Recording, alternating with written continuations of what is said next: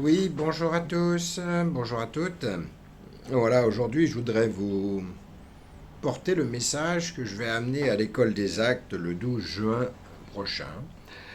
Ce message est inspiré de Luc 5. Alors, on va le lire du verset 1 à 11. Comme Jésus se trouvait près du lac de Génézareth et que la foule se pressait autour de lui, pour entendre la parole de Dieu, il vit au bord du lac deux barques, d'où les pêcheurs étaient descendus pour laver leurs filets. Il monta dans l'une de ces barques, qui était à Simon, et il le pria de s'éloigner un peu de la terre. Puis il s'assit de la barque, il enseignait la foule. Lorsqu'il eut cessé de parler, il dit à Simon, avance en pleine eau et jetez vos filets pour pêcher. Simon lui répondit, Maître, nous avons travaillé toute la nuit sans rien prendre, mais sur ta parole, je jetterai le filet. L'ayant jeté, ils prirent une grande quantité de poissons, et leur filet se rompait. Ils firent signe à leurs compagnons, qui étaient de l'autre barque, de venir les aider. Ils vinrent et remplirent les deux barques, au point qu'elles enfonçaient. Quand il vit cela, Simon-Pierre tomba aux genoux de Jésus et dit, Seigneur, retire-toi de moi, parce que je suis un homme pécheur. Car l'épouvante l'avait saisi, lui et tous ceux qui étaient avec lui, à cause de la pêche qu'il avait faite. Il en était de même de Jacques et de Jean, fils de Zébédée, les associés de Simon. Alors Jésus dit à Simon, ne crains point. Désormais, tu seras pêcheur d'hommes. Et ayant ramené les barques à terre, ils laissèrent tout et le suivirent. Alors voilà, ce texte m'amène à quelques réflexions. Donc Jésus vient à Pierre, qui possédait une petite entreprise de pêche avec des associés tels que Jacques et Jean, fils de Zébédée. Pierre, qui était un professionnel, un aguerri de la pêche et propriétaire de sa barque, l'associé d'ailleurs des fils de Zébédée qui avait la leur, il pêche de nuit. Et là, je suis dans l'étonnement. Pourquoi pêcher de nuit et en eau peu profonde? Si ce n'est la peur de s'éloigner du rivage, des dangers qu'il peut y avoir à s'éloigner. Plus que tout, nous pouvons voir que sa petite entreprise ne prospère pas, car toute la nuit, ils ont travaillé sans rien prendre. Par ailleurs, quand Jésus vient à eux, ils sont occupés à nettoyer la boue qui est attachée au filet. Ce que je peux comprendre de ce texte, c'est que Pierre et les siens sont attachés à travailler de manière infructueuse et charnelle. Mais quand Jésus vient à eux, sur les conseils de Jésus, Pierre accepte de jeter les filets dans cette eau claire, parce que de jour, et ne jetant pas les filets à son habitude. Il va en eau profonde et y puise une pêche miraculeuse. Jésus savait que Simon était un pêcheur, dans les deux sens, autant au spirituel que professionnel, mais loin de le condamner.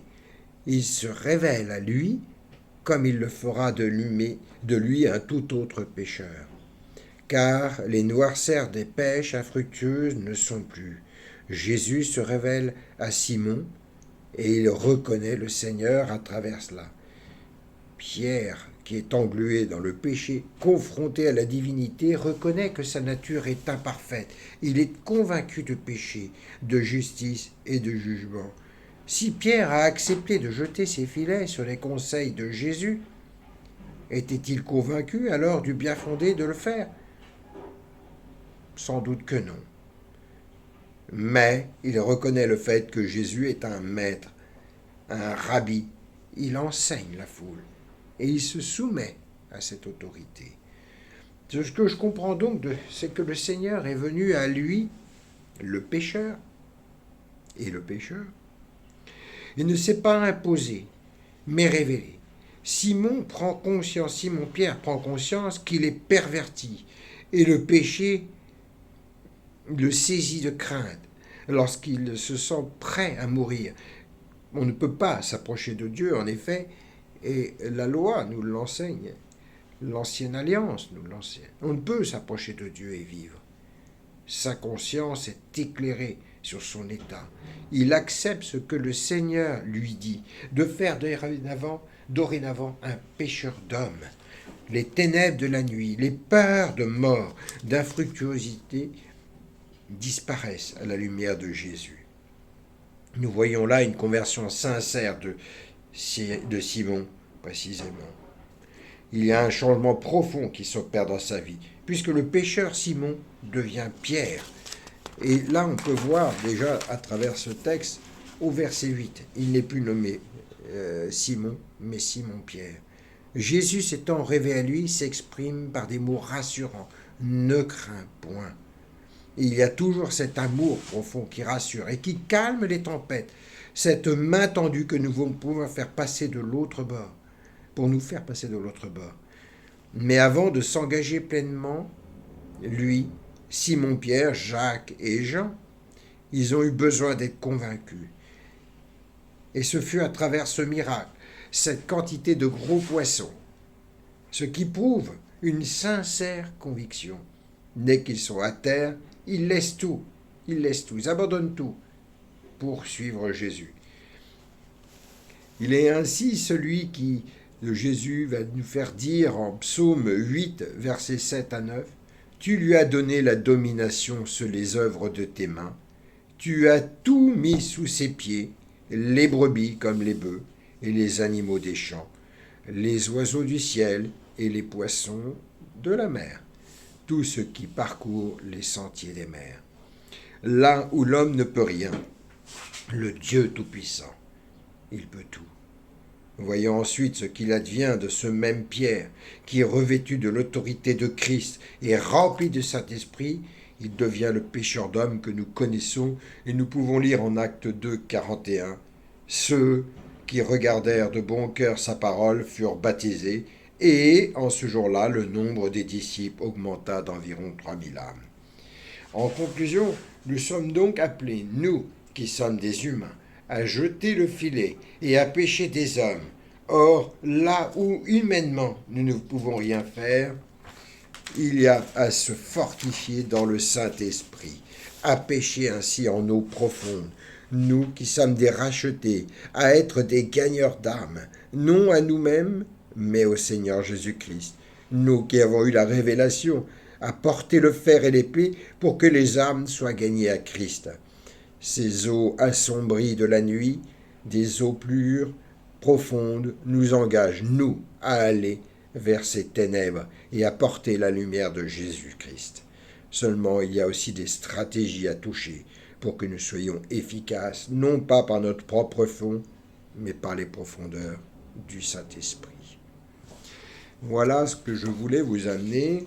D'ailleurs, on peut voir également que dans la suite de Luc 5, dès lors que Pierre est devenu l'apôtre Pierre, ce gagneur d'âme, nous pouvons voir qu'il est dans une des villes, voici un homme couvert de lèpre. On voit tout de suite les miracles. L'ayant vu, il tomba sur sa face et lui dit cette prière, « Seigneur, si tu le peux, tu peux me rendre pur. » Jésus étendit la main, le toucha et dit, « Je le veux, sois pur. » Deuxième miracle. Aussitôt la lèpre le quitta. Puis il lui ordonna de n'en parler à personne.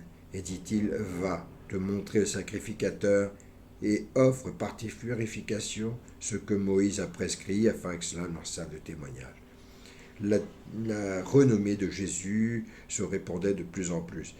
Ce que l'on voit, c'est que dès lors où Pierre est touché, qu'il devient ce pécheur d'hommes, on voit aussi Jésus qui s'engage et qui fait des miracles.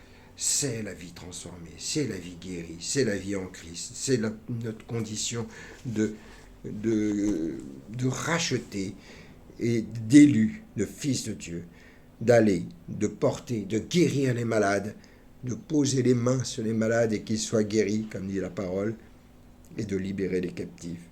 C'est aussi des miracles dignes de cela, que nous sommes appelés à le faire, puisque Jésus nous le dit, les miracles que je fais, vous en ferez encore de plus grands. N'oublions pas que nous portons le même esprit, le Saint-Esprit, en nous, cet esprit qui a ressuscité Jésus-Christ entre les morts, celui même qui a fait dire à Jésus, en parlant de Lazare, sors, et il est ressuscité.